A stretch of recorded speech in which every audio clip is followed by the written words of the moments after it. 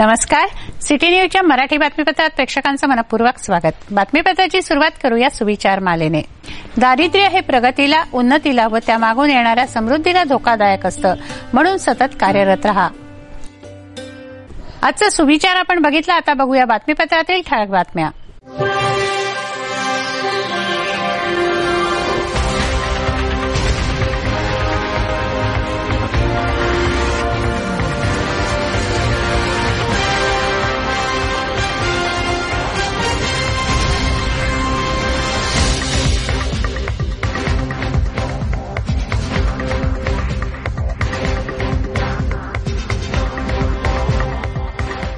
बातमीपत्रात वेळ झाली आहे विश्रांतीची. विश्रांतीनंतर पुन्हा भेटू. पहा फक्त सिटी न्यूज.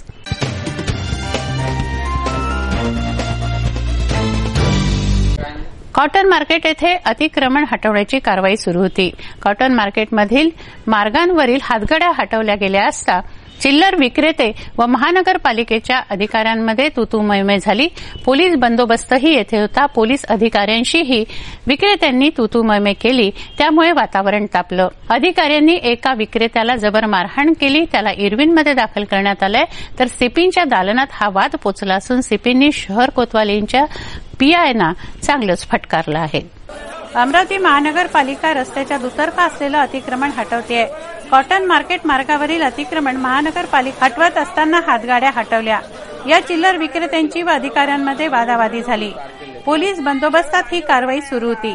वाद घालणाऱ्या विक्रेत्यांना पोलिसांनी शहर कोतवाली ठाण्यात आणलं. त्यांच्यावर 353 कलम दाखल करण्यात आलं. त्यापैकी रोशन नगर येथे राहणाऱ्या कलीम खा अजिम खा नामक विक्रेत्याला पोलिसांनी बेदम मारहाण केली. पट्ट्याने मारलं. या इसमाच्या पाठीवर पट्ट्याचे वळ उमटले आहेत. त्याला इरविनमध्ये दाखल करण्यात आलं. इरविनमध्ये विक्रेत्यांनी एकच गर्दी केली. नगरसेवक विक्रेते इरविनमधून सिपींना भेटण्यासाठी गेले. झालेल्या प्रकाराचे फोटो सिपींना दाखवण्यात आले असता पोलीस आयुक्तांनी शहर कोतवालीच्या ठाणेदारांना फोनवरून चांगलंच खडसावलं. गुन्हेगार मोकाट आहेत व विक्रेत्यांना गुन्हा नसताना तुम्ही का मारता असं म्हणून त्यांचा क्लास घेतला. या संदर्भात चौकशीचे आदेश सिपींनी दिले आहेत. नोटाबंदीला 1 महिना झालाय तेव्हापासून जिल्हा बँकांचे व्यवहार ठप्प झालेत. ग्रामीण अर्थव्यवस्था ही जिल्हा बँकांच्या आधारावर टिकून आहे. जिल्हा बँकांचे व्यवहार ठप्प झाल्याने शेतकरी अडचणीत आले आहेत. तेव्हा जिल्हा बँकांना पतपुरवठा करून त्यांच्यावरील निर्बंध दूर करावे अशी मागणी केंद्रीय वित्तमंत्र्यांना करण्यात आली आहे. सर्व पक्षीय हे निवेदन त्यांना देण्यात आलं आहे. जिल्हा बँकांना पतपुरवठा करून त्यांच्यावरील निर्बंध उठवण्यात यावे अशी मागणी मुख्यमंत्री देवेंद्र फडणवीस व राज्यमंत्र्यांनी केंद्रीय वित्तमंत्री अरुण जेटली यांना केली आहे. या संदर्भात त्यांनी वित्तमंत्र्यांशी चर्चा केली.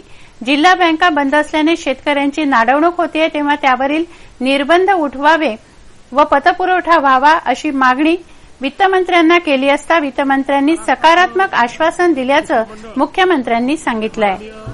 वित्तमंत्र्यांना भेटलं.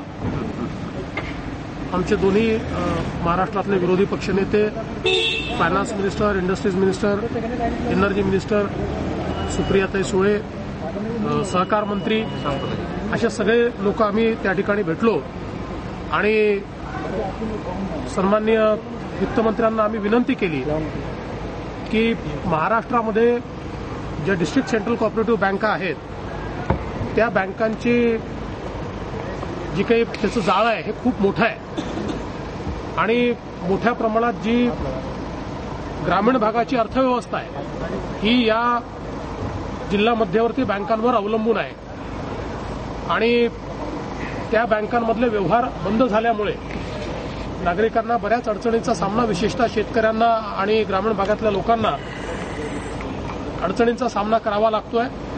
त्यामुळे त्याला जास्तीत जास्त करन्सी उपलब्ध करून द्यावी, त्याच्यावरचे निर्बंध दूर व्हावेत, अशा प्रकारचा विषय हा त्या ठिकाणी आम्ही मांडला.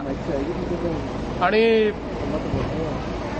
आमच्या ज्या बँका आहेत हे देखील आम्ही त्यांच्या लक्षात आणून दिलं की या आरबीआयच्या सगळ्या नॉर्म्सला कंप्लाय करतात. त्यामुळे या बँकांमधनं कुठलाही गैरव्यवहार या ठिकाणी होऊ शकणार नाही. मुंबई बँकेचे अध्यक्ष प्रवीण दरेकरजी, जयंत पाटीलजी आणि जी पतपेढी संस्था आहे त्याचे अध्यक्ष त्या ठिकाणी होते. त्यांनीही आपल्या अडचणी काय आहेत त्या अडचणी त्या ठिकाणी मांडल्या आणि सन्माननीय अर्थमंत्र्यांनी आमचं म्हणणं ऐकून घेतलं. त्याच्यावर त्यांनी सकारात्मक त्या ठिकाणी आम्हाला आश्वासन दिलं आहे. त्यांनी नाबार्डशी तिथनंच चर्चा केली आहे आणि उद्या रिझर्व्ह बँकेशी देखील ते चर्चा करतील. आणि मला विश्वास आहे की हा जो काही एक प्रश्न निर्माण झालेला आहे, पहिल्या टप्प्यामध्ये जास्तीत जास्त लिक्विडिटी ही बँकांमध्ये आली पाहिजे आणि त्याचसोबत त्याच्यावरचे जे काही निर्बंध आहेत ते उठले पाहिजेत. त्या दृष्टीनं आज आम्ही आता या ठिकाणी जे निवेदन दिलं आहे त्याच्यावर सकारात्मक विचार होईल अशी आम्हाला अपेक्षा. माथाडी कामगारांचे विविध प्रलंबित प्रश्न सोडवण्याच्या मागणीसाठी कामगारांनी मोर्चा काढला. माथाडी व अन्य कामगार मोर्चात सहभागी झाले. इरविन चौकातून निघालेल्या मोर्चात महिला पुरुष कामगार मोठ्या संख्येनं फलक हातात घेऊन निघाले. नारेबाजी करत हा मोर्चा जिल्हा कचेरीवर धडकला. माथाडी व कामगारांचे अनेक ज्वलंत प्रश्न शासन स्तरावर प्रलंबित आहेत. मात्र शासनाकडून या गंभीर विषयाकडे डोळेझाक करण्यात येत असल्यानं गोरगरीब कामगारांना अडचणींचा सामना करावा लागतोय. माथाडी कामगारांच्या कुटुंबियांना आरोग्य विमा लागू करावा. माथाडी कामगारांसाठी हक्काची घरकुल योजना सुरू करावी. सीआरडब्ल्यूसीचे ठेकेदार शासनाच्या नियमानुसार असणाऱ्या लेव्हीच्या चोरीवर लगाम बसवून कायदेशीर कारवाई करावी. सीआरडब्ल्यूसी येथे कामगारांसाठी पिण्याच्या पाण्याची व्यवस्था व विश्रामगृहाची व्यवस्था असावी. बडनेरा मालधक्क्यावर दर महिना किमान 17 ते 20 रॅकचं काम मिळावं. एफसीआयचे रॅक स्थलांतरित करण्याचा प्रयत्न होत आहे, ते करू नये आदी विविध मागण्यांसाठी संघटनेचे अध्यक्ष राजेश सोनकर, प्रल्हाद सोडणेकर, संजय तावडे, बाळासाहेब पगारे, ज्योतिपाल निकाळजे, विनोद दळवी, मोहन गांधी, महेश तावडे, मालधक्का ट्रक वाहतूक असोसिएशनचे अध्यक्ष प्रमोद तिवारी यांच्या नेतृत्वात हा मोर्चा काढण्यात आला. जिल्ह्यातील सर्व पदाधिकारी व कामगार या मोर्चात सहभागी झाले. सतीश भोसले, अंकुश जाधव, रवी नवले, रोशन शिंदे, राहुल जायले, प्रतीक देशमुख यांच्यासह मोठ्या संख्येनं कामगार यामध्ये सहभागी झाले. सीआरडब्ल्यूसी बडनेरा माल धक्क्याचे सगळे माथाडी कामगार आहेत. अनेक उपासमार आलेली आहे. त्या उपासमारीनंतर आम्ही तिथं काम वाढावं आणि माथाडी कामगारांना तिथं न्याय मिळावा म्हणून आम्ही आज रोजी इथं मोर्चाचं आयोजन केलेलं आहे. त्या मोर्चाच्या आयोजनामध्ये हजारोच्या संख्येने कामगार आपले उपस्थित झालेले आहेत. सगळ्याच कामगारांचा इथं अमरावती जिल्ह्यामध्ये प्रॉब्लेम आहे. माथाडी कायदा लागू असून सुद्धा माथाडी कायद्याची अंमलबजावणी इथं होत नाहीये. त्यामुळं आमच्या सीआरडब्ल्यूसी कामगारांवर उपासमारीची वेळ आलेली आहे. त्याबद्दल हा मोर्चा आम्ही कामगारांना न्याय घेतल्याशिवाय राहणार नाही.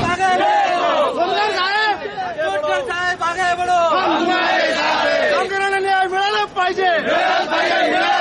कामगारांना न्याय मिळाला पाहिजे. मायक्रो फायनान्स कंपन्यांकडून सक्तीच्या वसुलीतून तथा कर्ज वसुलीतून सुटका करण्याची मागणी बचत गटांच्या महिलांनी केली आहे. आपल्या मागणीसाठी महिलांनी जिल्हा कचेरीवर मोर्चा काढला. शहरी व ग्रामीण भागातील महिलांचं मायक्रो फायनान्स कंपन्यांकडून कर्ज माफ झालंच पाहिजे. कर्जदार महिलांना वसुलीदाराकडून होत असलेला त्रास कायमस्वरूपी थांबवला पाहिजे. फायनान्स कंपन्यांकडून महिलांच्या घरी कंपनीचा वसुलीदार आल्यास त्याच्यावर गुन्हे दाखल झाले पाहिजे. मायक्रो फायनान्स कंपन्या अमरावती जिल्ह्यातून हद्दपार झाल्या पाहिजे. या मागण्यांसाठी अखिल भारतीय भ्रष्टाचार विरोधी मंचाच्या नेतृत्वात जिल्हाधिकारी कार्यालयावर बचत गटाच्या महिलांनी मोर्चा काढला. अशोक खरात, विनोद गुलदेवकर यांच्या नेतृत्वात हा मोर्चा निघाला. गटाचे सदस्य महिला, माझ्या बंधू भगिनींनो, आज आपण आपल्या हक्काची लढाई मागण्यासाठी जिल्ह्याच्या वतीने मोर्चा काढत आहोत. गोरगरीब महिलांवर, गोरगरीब परिवारांवर या फायनान्स कंपन्यांची बळजबरी, या फायनान्स कंपन्यांची हुकुमशाही मंचाची संगीता वाघ जिल्हा प्रमुख आहे आणि आम्ही भ्रष्टाचार विरोधी मंचातर्फे आज भव्य दिवस मोर्चाचे आयोजन केलेले आहे. कारण मायक्रो फायनान्स कंपन्यांचा त्रास हा महिलांना खूपच वाढलेला होता. बऱ्याच महिलांना आत्महत्या करण्याची सुद्धा वेळ आलेली आहे आणि आमच्या 3 मागण्या सरकार आहे की अमरावती जिल्ह्यातून या सर्व हद्द झाल्याच पाहिजे आणि आम्हाला कर्जमुक्ती मिळालीच पाहिजे. आम्हाला कंपन्याचा खूप त्रास आहे. कर्ज देताना त्यांनी आम्हाला खूप प्रेमानं कर्ज दिलं, पण आता त्यांनी आमची जीवित मारण्याची सुद्धा देऊन राहिली. घर छोड़ के जा रही है, इनको धमकी दे रहे हैं, अगर पैसे नहीं देंगे तो आपके घर का सामान ले जाएंगे, आपके घर को सील करेंगे, आपके घर का हरासी करेंगे. तो ये हमारी शासन से निवेदन है और माननीय जिलाधिकारी साहब से हम निवेदन करेंगे कि जितने भी माइक्रो फाइनेंस यहाँ पर फैली है जिले में, इनका यहाँ से हमको जड़ उखाड़ फेंकना है और सभी का कर्जा माफ करना है. वैयक्तिक शौचालय बांधण्यासाठी शासन 2 टप्प्यात निधी देत आहे. पहिल्या टप्प्यात 8,500 रुपये, दुसऱ्या टप्प्यात 6,500 रुपये देण्यात आले. त्यापैकी बांधकाम पूर्ण केलेल्यांची संख्या 7,382 आहे, तर 4,191 लाभार्थ्यांकडील बांधकाम सुरू आहे. 19 जणांनी मात्र पैसे घेऊन बांधकामच केलेलं नाही अशा या लाभार्थ्यांविरुद्ध महापालिका एफआयआर दाखल करते. त्यांच्या घरात महागड्या वस्तू आढळल्यास त्या जप्त केल्या जाणार आहेत. स्वच्छ भारत अभियानांतर्गत अमरावती महापालिकेने 14,049 लाभार्थ्यांना वैयक्तिक शौचालय बांधकामाकरता माहे ऑक्टोबर-नोव्हेंबर 2015 मध्ये अनुदानाचं वाटप करण्यात आलेलं आहे. असे काही लाभार्थी आढळून आले 529 की ज्यांनी रुपये 8,500 पहिला हप्ता घेतला, परंतु शौचालय बांधण्याकरता गड्डा सुद्धा खोदला नाही. अशा लाभार्थ्यांकडून पैसे वसूल करण्याकरता सहाय्यक आयुक्तांमार्फत झोनन्यायी नोटिसा देण्यात आलेल्या आहेत. यापैकी 427 लाभार्थी अशा आहेत की त्यांना अशा नोटिसा देऊन त्यांच्याकडील चैनीच्या वस्तू जसे टीव्ही, फ्रीज, स्मार्टफोन किंवा दुचाकी वाहन जर असेल ते जप्त करून सदरचे पैसे वसूल करण्यात येतील. आणि 83 लाभार्थी असे आहेत की त्यांनी 8,500 रुपये महापालिका फंडामध्ये परत जमा करण्यात आलेले आहेत. आणि 19 लाभार्थी असे आढळून आले बडनेरा झोनमध्ये 8 आणि झोन नंबर 5 लालखेडी एरियामध्ये 11 की त्यांच्याकडे कोणत्याही अशा प्रकारच्या चैनीच्या वस्तू सुद्धा जप्त करता उपलब्ध नाहीत आणि ते शौचालय सुद्धा बांधू शकत नाहीत. अशा 19 लोकांवर एफआयआर दाखल करण्यात आलेली आहे. महापालिकेतर्फे पुन्हा एकदा आवाहन करण्यात येत आहे की वैयक्तिक शौचालयाचे ज्यांनी अनुदान 8,500 घेतलं त्यांनी आपले शौचालयाचे बांधकाम पूर्ण केल्यास उर्वरित दुसरा हप्ता रुपये 6,500 त्वरित देण्याकरता महापालिकेकडे 14 वित्त आयोगातून निधी उपलब्ध आहे. याकरता शासनाने 30 सप्टेंबर 2016ला 14 वित्त आयोगातून स्वच्छ भारत अभियानांतर्गत निधी उपलब्ध करून देण्याकरता आदेश निर्गमित केलेले आहेत. सदर आदेशाची प्रत महापालिकेला प्राप्त झालेली आहे. तरी वैयक्तिक शौचालय बांधकाम पूर्ण करून संबंधितांनी या योजनेचा लाभ घ्यावा व उघड्यावर शौचालयात जाऊ नये.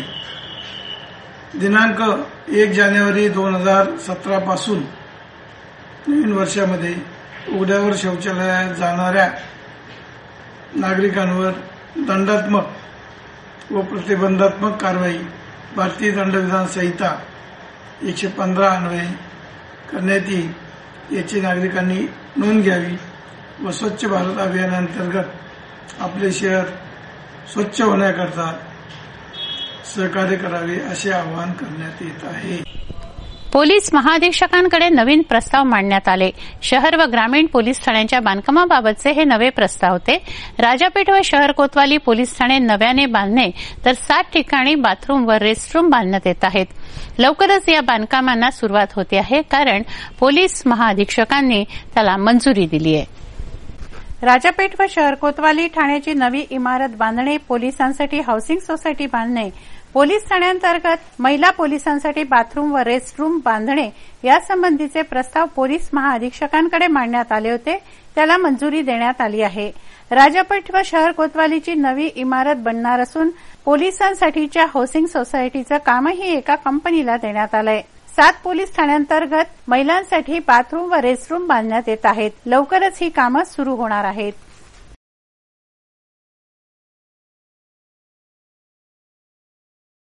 शहरामध्ये दिवसा घरफोड्यांचं प्रमाण वाढलंय.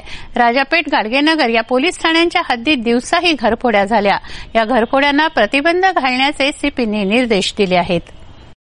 राजापेठ, गाडगेनगर पोलीस ठाण्याच्या हद्दीत दिवसा घरफोड्यांचं प्रमाण वाढलंय. गुन्ह्यांना प्रतिबंध घालण्यासाठी सीपीने निर्देश दिले आहेत. पोलीस उपायुक्त, सहाय्यक पोलीस आयुक्तांनी याकडे बारकाईनं लक्ष देण्याचे सीपींचे आदेश आहेत. गुन्ह्यातील सीसीटीव्ही फुटेजचा वापर करा, जेलमधून सुटलेल्या घरफोड्यातील गुन्हेगारांची यादी तयार करून त्यांचा ठावठिकाणा बघा, माहिती ठेवा, सक्रिय असल्यास प्रतिबंधक कारवाई करा, दिवसा व रात्रीही नाकाबंदी करा, तसंच मोटार वाहनं चेक करा, फेक नंबरच्या वाहनांवर कारवाई करा, कॉलनी फ्लॅट्स येथे जनजागृतीसाठी बैठकी घ्या असे निर्देश पोलीस आयुक्त दत्तात्रय मंडलिक यांनी दिले आहेत. अमरावती महानगरपालिका प्रत्येक झोनसाठी बॉबकट, पाण्याचे टँकर यांची खरेदी करते. 5 झोनसाठी ही खरेदी करत असल्याची माहिती मनपा स्थायी समिती सभापती अविनाश मार्डीकर यांनी दिली आहे. छत्री तलाव परिसराचं सौंदर्यीकरण शासनाकडून निधी घेऊन करणार असल्याचं ते म्हणाले. अमरावती महानगरपालिकेच्या स्थायी समितीची काल बैठक स्थगित झाली होती. त्या बैठकीत आज पुन्हा काही निर्णय घेण्यात आले. काल जे निर्णय झाले त्या निर्णयामध्ये छत्री तलावाचा डीपीआर तयार करण्याच्या संदर्भातला प्रशासकीय प्रस्ताव पत्रिकेवरती होता. त्या विषयाला मंजुरी देत असताना अमरावती महानगरपालिकेचा एकही पैसा त्या छत्री तलावाला आपण देऊ शकत नाही. त्या संदर्भात प्रशासन स्तरावरती माननीय विभागीय आयुक्तांसोबत आयुक्तांची चर्चा झाली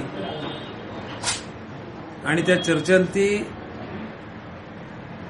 शासन स्तरावरून पूर्ण पैसे आणण्याच्या संदर्भातली प्रक्रिया प्रशासन स्तरावरून होईल अशा संदर्भात त्यांनी कळविल्यामुळे काल या विषयाला मान्यता दिली. डीपीआर जो छत्री तलावाचा करायचा आहे तो 100 कोटीचा डीपीआर करण्याच्या संदर्भातला प्रस्ताव स्थायी समितीसमोर प्रशासकीय स्तरावरून आलेला होता. त्याला आज मंजुरी देत असताना महानगरपालिकेच्या तिजोरीला कुठेही धक्का लागणार नाही याची काळजी घेत डीपीआर तयार जरी होत असेल तरी त्या डीपीआरला शासन स्तरावरून आलेल्या अनुदानातूनच रक्कम अदा करावी अशी सूचना करत प्रशासनाला निर्देशित करून या विषयाला मंजुरी दिली. त्याच दरम्यान अमरावती महानगरपालिका क्षेत्रात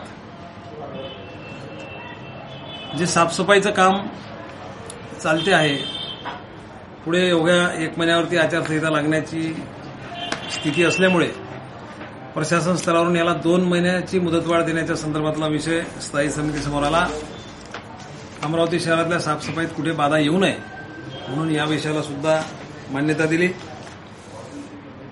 अमरावती शहरातले जे श्वान आहेत, जे कुत्र्याचे म्हणजे कुत्र्यांचे जे ऑपरेशन करायचे आहे त्या व्यवस्थेसाठी 2 कन्सल्टन्सी अमरावती महानगरपालिकेनं नियुक्त केल्या. परंतु त्यापैकी एक कन्सल्टन्सी काम करते आणि दुसरी करत नाही. म्हणून दोन्ही कन्सल्टन्सीने काम करावे अशी सन्मान्य सदस्यांची जी मागणी होती ती मागणी पूर्ण करण्याच्या दृष्टीने प्रशासन स्तरावरून हा प्रस्ताव इथे पाठवण्यात आला. परंतु जे ऑपरेशन करायचे आहे ते मादीचे ऑपरेशन जास्तीत जास्त केले गेले पाहिजे या संदर्भातले जे आयुक्तांचे निर्देश आहे त्याचे पालन तंतोतंत प्रशासन स्तरावरून हेड ऑफ द डिपार्टमेंटला त्या संदर्भातल्या सूचना देत आज स्थायी समितीने त्या विषयाला सुद्धा मंजुरी दिली आणि दोनही कन्सल्टन्सीला काम द्या जेणेकरून अमरावती शहरातली ही जी व्यवस्था आहे कुत्र्यांच्या संदर्भातला जो त्रास आहे हा कमी करण्याच्या दृष्टीनं तो महत्वाचा विषय असल्यामुळे त्याला मान्यता दिली. सोबतच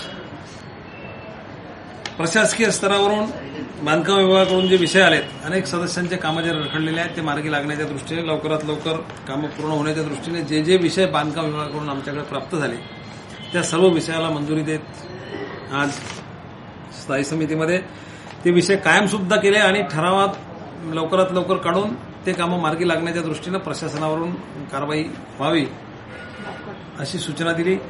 सोबतच अमरावती महानगरपालिका क्षेत्रात वित्त आयोगाच्या माध्यमातून जो निधी प्राप्त होतो त्या निधीमधील 50% हिस्सा हा पर्यावरणावरती आणि घनकचऱ्यावरती खर्च करावा लागतो. मागे 2-3-4 महिन्याच्या आधी सन्माननीय स्थायी समितीच्या सर्व सदस्यांनी मागणी केली होती की प्रत्येक झोनवरती आपल्या बापकटची, मिनी एक्स्केव्हेटरची, ट्रॅक्टरची आणि टँकरची व्यवस्था असली पाहिजे जेणेकरून अमरावती शहरात या व्यवस्थेसाठी सर्व सन्मान्य सदस्यांना अडचणी जातात. ती अडचण पूर्ण होण्याच्या दृष्टीने आज बापकट 5 झोनवरती घेण्याच्या संदर्भातले आदेश देण्यात आले. सोबतच मिनी एक्स्केव्हेटर आणि ट्रॅक्टर आणि टँकर सुद्धा त्या प्रत्येक झोनवरती असला पाहिजे. जी पाण्याची व्यवस्था आपण अमरावती शहरामध्ये टँकरच्या माध्यमातून लोकांना पुरवितो ती व्यवस्था अग्निशमन विभागाच्या एका टँकरच्या भरोश्यावर आतापर्यंत चालते. ती व्यवस्था 5 झोनवरून चालली पाहिजे. त्या संदर्भातले निर्देश सुद्धा प्रशासनाला देण्यात आले. सोबतच सन्मान्य सदस्य प्रदीपजी हिवसे यांचा एक प्रस्ताव होता की एक अन्नांची संस्था आहे, त्या संस्थेला 10% जागा एका त्यांच्या परिसरातल्या ओपन स्पेसमधली द्यायची आहे. ती संस्था अतिशय चांगलं काम करते. तिथे त्यांना व्यायामाची आणि वाचनालयाची व्यवस्था करायची आहे, म्हणून त्याला सुद्धा आज मंजुरी दिली. प्रशासन स्तरावरून आलेल्या प्रत्येक विषयाला मंजुरी देत असताना प्रशासनाने याबाबत तातडीने इम्प्लिमेंट करण्याच्या दृष्टीने कारवाई करावी, जेणेकरून येणाऱ्या निवडणुका नजरेसमोर ठेवून प्रत्येक सदस्यांची इच्छा आहे की आपले काम मार्गी लागले पाहिजे. त्या दृष्टीनं प्रशासनाने ही कारवाई करावी असे निर्देश प्रशासनाला देत आज स्थायी समितीची बैठक संपली. दत्त जयंतीचं पर्व सर्वत्र साजरं होत आहे. त्यानिमित्त आयोजित सप्ताहात विविध कार्यक्रमांचं आयोजन करण्यात येत आहे. प्रभाग क्रमांक 36 दस्तूरनगर येथे दत्त जयंतीनिमित्त सदाबहार संगीत कार्यक्रमाचं आयोजन करण्यात आलं आहे. सूरमणी कमलताई भोंडे, माजी आमदार सुलभाताई खोडके, काँग्रेसचे प्रदेश महासचिव या कार्यक्रमाचे प्रमुख अतिथी राहणार आहेत. याविषयी आयोजक अविनाश मार्डीकर यांनी माहिती दिली. येत्या दत्त जयंतीच्या निमित्ताने गजानन महाराज मंदिर, श्री कॉलनी, अमरावती येथे गजानन महाराज मंदिर ट्रस्ट आणि आमच्या मित्रमंडळांचा ग्रुप यांच्या संयुक्त विद्यमानाने दत्त जयंतीनिमित्त आम्ही एक स्वरबहार प्रस्तुत दत्त नामाची स्वरदिंडी हा कार्यक्रम आयोजित केलेला आहे. या आयोजित कार्यक्रमामध्ये सुगम संगीतासाठी श्री गजाननजी केतकर यांचा स्वरबहार हा ग्रुप त्या ठिकाणी सुगम संगीताचं गायन करणार आहे. त्यामध्ये गजाननजी केतकर, डॉक्टर जयश्रीताई वैष्णव, डॉक्टर सौ वनिताताई केतकर, सौभाग्यवती धनश्रीताई देशपांडे, मधुसूदनजी वटक, सोनालीताई शिलेदार, मोहिनीताई बर्डे नागपूर, शीलाताई भट आणि मिनलताई ठाकरे यांचा सुगम संगीताचा गायनाचा कार्यक्रम त्या ठिकाणी ठेवला आहे. त्या कार्यक्रमासाठी जे दत्तांचे भक्त आहेत, जे त्यांचे रसिक आहेत, त्या रसिकांनी त्या कार्यक्रमाचा लाभ घ्यावा अशी विनंती मी त्या कार्यक्रमाचा आयोजक म्हणून आणि माझ्या मित्रमंडळीकडून सर्व अमरावतीकर नागरिकांना त्या कार्यक्रमाचा लाभ घेण्यासाठी येण्याची विनंती करतो आहे. सुरमणी प्राध्यापक कमलताई भोंडे ह्या राहणार आहेत आणि प्रमुख अतिथी म्हणून आदरणीय संजयजी खोडके साहेब, आदरणीय सुलभाताई खोडके आणि उपस्थित त्या परिसरातील सर्व प्रतिष्ठित त्या कार्यक्रमाचे प्रमुख उपस्थित राहणार आहेत. म्हणून आपण सर्वांनी या कार्यक्रमाचा लाभ घ्यावा अशी माझ्यातर्फे सर्वांना विनंती करण्यात येते. आरोग्यमंत्री डॉक्टर दीपक सावंत शनिवारी मेळघाटच्या दौऱ्यावर येत आहेत. या पार्श्वभूमीवर आरोग्य उपसंचालकांनी इरविनची पाहणी केली. मेळघाटच्या दौऱ्यादरम्यान इरविनमध्ये आरोग्यमंत्र्यांनी फेरफटका मारल्यास सारे काही आलबेल आहे की नाही याचा आढावा आरोग्य उपसंचालकांनी घेतला. आरोग्य उपसंचालक डॉक्टर नितीन अंबाडेकर यांनी इरविनची पाहणी केली.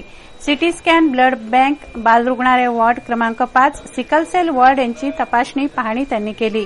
आरोग्यमंत्री डॉक्टर दीपक सावंत मेळघाटच्या दौऱ्यावर येत आहेत. या पार्श्वभूमीवर ही तपासणी केली गेली.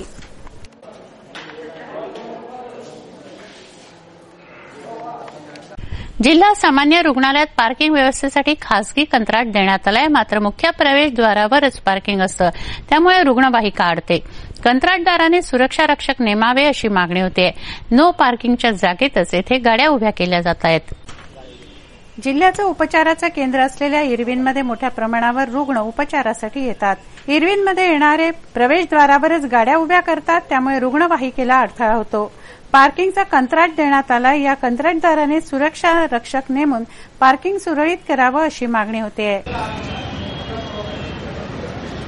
अमरावती जिल्ह्यातील कानाकोपऱ्यातून तालुक्यामधील अपघातग्रस्त नागरिक आणि ज्यांना आजार झाला असेल त्यांना आजारांना उपचार करण्याकरता या ठिकाणी येत असतात. अमरावती जिल्ह्यातील जिल्हा सामान्य रुग्णालय हे सर्वात मोठं रुग्णालय असल्यामुळे नागरिकांची या ठिकाणी मोठ्या प्रमाणात गर्दी होत असते. परंतु या ठिकाणी आपण पाहू शकता की मोठ्या प्रमाणात या ठिकाणी गाड्यांची गर्दी लावलेली आहे, पार्किंग केलेली आहे. या ठिकाणी शासनाच्या वतीने एका खासगी कंत्राटदारांना तो ठेका दिलेला आहे, परंतु त्याही खासगी कंत्राटदाराला गाड्या ठेवताना नागरिकांना त्यांच्याशी भांडणं निर्माण होत आहेत. त्यांची एक मागणी आहे की शासनाच्या वतीने त्यांना एक गार्ड या ठिकाणी नेमण्यात येऊन की जे नागरिक वेगवेगळ्या ठिकाणी गाड्या पार्किंग करतात त्यांना गाड्या वेगळ्या दिशेला लावण्याची त्यांना मुभा देण्यात यावी. या ठिकाणी आपण जाणून घेऊया की खासगी कंत्राटदारांना कोणता नाहक त्रास होत आहे. ही जागा याकरता दिलेली आहे पोलीसच्या फोर व्हीलर आणि अँब्युलन्स अपघात झालेले आहे. बाकीचे लोक या ठिकाणी येतात, कर्मचारी येतात, म्हणतात स्टॉप आहे, आम्हाला कशा गाड्या लावू देत नाही. आपण त्यांना सांगू तिकडे दिल्या जागा तुम्हाला त्याची जबरदस्ती त्या ठिकाणी गाड्या लावतात आणि अँब्युलन्स पडण्याकरता कधी कधी आम्हाला त्या ठिकाणच्या गाड्या इकडे तिकडे कराव्या लागतात. तरी पण आपण सीएस बरोबर चर्चा करण्याकरता 22 तारखेला पत्र दिलेलं आहे, परंतु सीएसनं आजपर्यंत चर्चेसाठी बोलावलेलं नाही आहे. 22 तारखेपासून मी त्या पत्राची वाट पाहत आहे, मला त्याचं उत्तर द्या.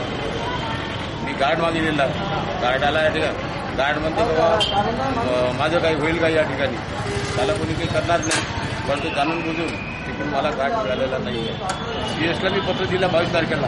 या ठिकाणी अँब्युलन्स वगैरे येतात, ते पलटण्याकरता जागा हवी आहे. ऑफिस तुमचा अँब्युलन्ससाठी आणि फोर व्हीलरसाठी दिलेल्या पोलीसच्या फोर व्हीलरसाठी अर्जंटमध्ये देतात त्यांच्याकरता. मी पत्र पण दिलं आहे आणि स्टॉपच्या ज्या गाड्या आहेत त्यांना तुम्ही तुमचं स्टिकर द्या. तुम्ही जर गव्हर्नमेंटचं स्टिकर देत नसाल तर मी माझ्याकडून देतो. मी पत्र दिलं आहे त्यांना. गव्हर्नमेंटच्या गाड्याचं स्टिकर दिसलं तर या ठिकाणी गव्हर्नमेंटची गाडी मी उभी राहू देणार नाही, कारण त्यांचा स्टॉप तिकडे दिलेला आहे.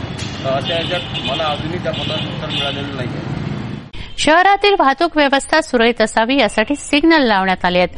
वीज पुरवठा खंडित झाल्यास सिग्नल बंद पडू नये म्हणून सौर ऊर्जेवर चालणारी यंत्रणा येथे लावण्यात आली आहे, मात्र ही यंत्रणा फेल पडली आहे. शहरातील सिग्नल कधीही बंद पडू देऊ नयेत यासाठी विजेवर चालणाऱ्या सिग्नलसाठी सौर ऊर्जेवरील यंत्रणा लावण्यात आली आहे. लाखो रुपये खर्च करून ही सौर ऊर्जेवरील यंत्रणा लावण्यात आली, ती बंद पडलेली आहे. त्यामुळे वीज पुरवठा बंद झाल्यास सिग्नल बंद पडतात व वाहतूक पोलिसांना स्वतःच वाहतूक नियंत्रित करावी लागते. शहरातील वाहतूक दिवसेंदिवस वाढती आहे. अशावेळी सिग्नल ही अत्यंत महत्वपूर्ण बाब आहे. वाहतूक पोलिसांची एकीकडे कमतरता आहे तर दुसरीकडे त्यांच्यावरील कामांचा बोजा वाढतोय. शहरातील 12 चौकात सिग्नल लावण्यात आले आहेत. एकीकडे बँक कर्मचाऱ्यांचे सत्कार सुरू होते तर दुसरीकडे रांगेत ताटकळावं लागल्याने ज्येष्ठ नागरिकांनी यावर आक्षेप घेतला. नोटाबंदीमुळे अद्यापही रांगा संपल्या नसल्याचं त्यांचं म्हणणं आहे. 500 व 1000च्या नोटा 8 नोव्हेंबरला चलनातून बाद झाल्यानंतर सर्व बँकातील कर्मचाऱ्यांनी सुटीच्या दिवशी ही कामं केली. नागरिकांचा त्रास कमी करण्यासाठी कर्मचाऱ्यांनी मेहनत घेतली. याबद्दल भाजपा शहरच्या वतीनं कॉटन मार्केट येथील सेंट्रल बँक ऑफ इंडियाच्या कर्मचाऱ्यांचा अधिकाऱ्यांचा सत्कार करण्यात आला. सेंट्रल बँक ऑफ इंडियाचे सहाय्यक प्रबंधक हेमंत शिमले, प्रधान खजांची मयुरी कळसकर यांना प्रशस्तीपत्र व पुष्पगुच्छ देण्यात आलं. या सत्कार समारंभाला भाजप प्रवक्ते शिवराय कुलकर्णी, राजेश आखेगावकर, निशिकांत गंदेवार, सुरेखा लुंगारे, संगीता बिरे आदी उपस्थित होत्या. भाजपा शहरच्या वतीनं गाडगेनगर येथील bank of Maharashtra, Cosmos bank, central bank of इंडियाच्या कर्मचाऱ्यांचे सत्कार करण्यात आले आहेत. आपल्या देशाचे पंतप्रधान माननीय नरेंद्रजी मोदी यांनी 8 नोव्हेंबरला नोटबंदीचा निर्णय घेतला. दहशतवाद, त्यानंतर काळे धन, भ्रष्टाचार याच्या विरोधात देश स्वच्छ करण्यासाठी त्यांनी हा निर्णय घेतला.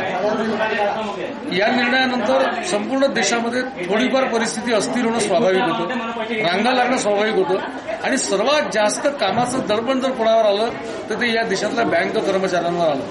लोकांची गर्दी, लोकांची मागणी, त्या प्रमाणात चलनाचा कमी पुरवठा या सगळ्या पार्श्वभूमीवर बँक कर्मचाऱ्यांवर खूप दबाव होता, खूप प्रेशर होतं, त्यांच्यावरचा कामाचा ताण वाढला होता आणि या संपूर्ण कालावधीमध्ये बँक कर्मचाऱ्यांनी पूर्ण संयम ठेवून चांगलं काम केलेलं आहे. माझं स्वतःचं असं मत आहे की माणूस नेहमी नोकरी चरितार्थ चालवण्यासाठी आणि पोटापाण्यासाठी नोकरी करत असतो, पण आमचं भारतीय जनता पार्टीचं ठाम मत आहे की 8 नोव्हेंबरपासून आजपर्यंत आणि या पुढच्याही कालावधीमध्ये बँक कर्मचाऱ्यांनी जे केलेलं काम आहे ते देशहितासाठी केलेलं काम आहे. आणि म्हणून आम्ही सगळ्यांनी असं ठरवलं की ज्या बँक कर्मचाऱ्यांनी कष्ट केले या काळामध्ये आणि म्हणून नरेंद्र मोदींच्या स्वच्छ भारत अभियानाचे अत्यंत प्रामाणिक पाईक आणि सैनिक या नात्याने आम्ही भारतीय जनता पार्टीच्या वतीने आज शहरातल्या गेल्या 3 दिवसांपासून शहरातल्या अनेक बँकांमधून बँक कर्मचाऱ्यांचा सत्कार केलेला आहे. एकीकडे हा कार्यक्रम सुरू असताना दुसरीकडे ज्येष्ठ नागरिकांनी मात्र यावर आक्षेप घेतला. नोटाबंदीमुळे ज्येष्ठ नागरिकांना त्रास झाला आहे आणि अद्यापही होतो आहे. एटीएम समोरच्या बँकांसमोरच्या रांगा अद्याप संपल्या नसल्याचं त्यांचं म्हणणं आहे. या सत्कार समारंभावर ज्येष्ठ नागरिकांनी आक्षेप घेतला. सिटी न्यूज चॅनेलतर्फे हेल्थ केअर चॅट शो प्रसारित करण्यात येतो. विविध आजार, उपचार, उपाय, काळजी याविषयीची माहिती या कार्यक्रमातून दिली जाते. या आठवड्याचा चॅट शोचा विषय सिझेरियन ऑपरेशन केव्हा आणि का हा असून महिला रोग तज्ञ डॉक्टर अश्विन कुमार देशमुख यांनी माहिती दिलेली आहे. बालरोग तज्ञ डॉक्टर सतीश अग्रवाल यांनी मुलाखत घेतली आहे. बच्चे की डिलीवरी नॉर्मल होती है, डॉक्टर को काफी काम कम करना पड़ता है. और दूसरी जगह पे आप बता रहे कि वहां पेट चीर के ऑपरेशन देना होता है, तो ये जरूरी है क्या? स्वाभाविक रूप से जो डिलीवरी होती है उसमें करीब 75% जो काम करना रहता है वो जो डिलीवरी जिस स्त्री की होती है वो करती है. डॉक्टर का उस समय 25% रोल रहता है. नॉर्मल डिलीवरी में किसी भी प्रकार का कॉम्प्लिकेशन ना हो, बच्चे को तथा मां की प्रकृति को किसी भी प्रकार की हानि ना हो, ये देखना डॉक्टर का परम कर्तव्य है. सिजेरियन में जो डिलीवरी होती है, जैसे मैंने पहले बताया अभी कि ऑपरेशन करके करना पड़ता है, तो उसमें पूर्णतः जो डिलीवरी की प्रोसेस की जाती है वो डॉक्टर द्वारा ही की जाती है. पेशेंट उस वक्त अंडर एनेस्थीसिया मतलब बेहोशी की हालत में रहती है. सिजेरियन की जरूरत कुछ विशिष्ट परिस्थितियों में ही पड़ती है और जहां भी ऐसी परिस्थितियां उत्पन्न होती है या पहले से मौजूद रहती है, उसके बारे में पेशेंट को तथा पेशेंट के जो रिश्तेदार होते हैं, उस समय पेशेंट जब भी डिलीवरी के लिए हॉस्पिटल में भर्ती रहती है तब उसके साथ में रिश्तेदारों का होना जरूरी है. तो ऐसी परिस्थितियां उत्पन्न होने पर पेशेंट को तथा उनके रिश्तेदारों को उस परिस्थिति से पूरी तरह से आगाह किया जाता है. उनको पूरी जानकारी दी जाती है कि नॉर्मल डिलीवरी का होना संभव है या नहीं है.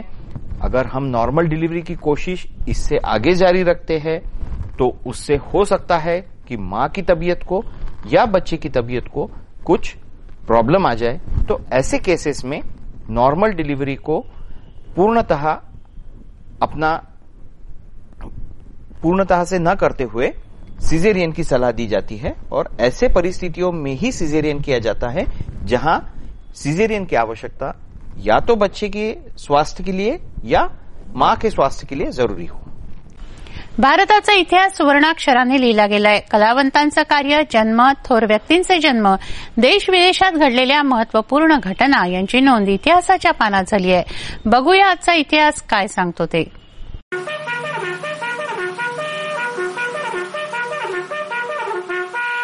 इतिहास के पन्नों से इस कार्यक्रम का आधार संकलन है. विश्वसनीयता के लिए संदर्भ ग्रंथ का संपर्क करें. इतिहास के पन्नों में दिनांक 9 दिसंबर 1904 में गोपाल कृष्ण गोखले का अमरावती आगमन हुआ और स्थानीय जोशी हॉल में उनका प्रवचन हुआ. सन 1921 में इंग्लैंड से पधारे राजपुत्रों को देखने के लिए रेलवे के रिटर्न टिकट मुफ्त में बांटे गए. सन 1930 में सरदार पटेल के अटक का निषेध किया गया. सन 1932 में नगर पालिका ने टैक्स बढ़ाने के विरोध में सभाएं आयोजित हुई. सन 1937 पूर्व महामहिम सौभाग्यवती प्रतिभा पाटिल का जन्मदिन. सन 1942 डॉक्टर कोटलिस का निधन हुआ. सन 1945 शत्रुघ्न सिन्हा का जन्म हुआ। सन 1946 सोनिया गांधी इनका जन्म हुआ। सन 1997 अमरावती पुलिस आयुक्त को मंजूरी प्रदान की गई। सन 2007 सिलोन रेडियो श्रोताओं का एक सम्मेलन स्थानीय भारत लॉज में आयोजित किया गया, जहां संपूर्ण भारत से पधारे अनेक श्रोताओं ने श्रवण आनंद लिया और रेडियो सिलोन की बातें याद की।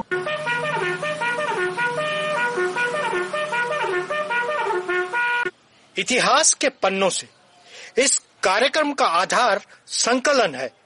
विश्वसनीयता के लिए संदर्भ ग्रंथ का संपर्क करें। काय आहे हवामानाचा अंदाज? किती होतं दिवसभराचं तापमान? काय राहील उद्याचं तापमान? नजर टाकूया हवामानाच्या अंदाजावर।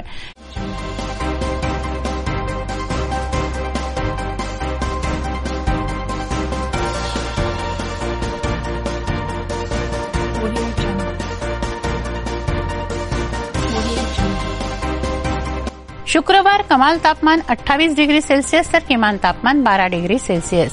शनिवार कमाल तापमान 29 डिग्री सेल्सिअस तर किमान तापमान 13 डिग्री सेल्सिअस राहील असा अंदाज वेधशाळेनं वर्तवलाय।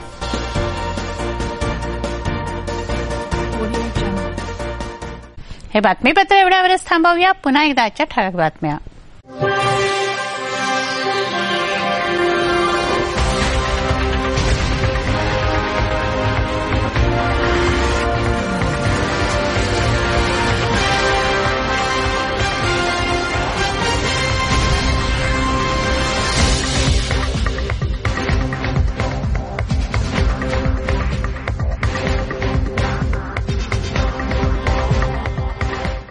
वेळ झाली आहे आपली रजा घेण्याची। आपणास काही माहिती द्यायची वा काही सुचवायचे असेल तर आमच्याशी थेट संपर्क करा। आमचा पत्ता सिटी न्यूज कार्यालय, मातोश्री आर्केड, सहकार भुवन समोर, मोर्शी रोड, अमरावती। आमचा फोन नंबर आहे 25703236 आणि वेबसाईट आहे www.citynews.net.in। अचूक, सडेतोड आणि निर्भीड बातम्यांसाठी बघत रहा अमरावतीचा नंबर 1 चॅनल फक्त सिटी न्यूज। बातमी आमची, विश्वास तुमचा।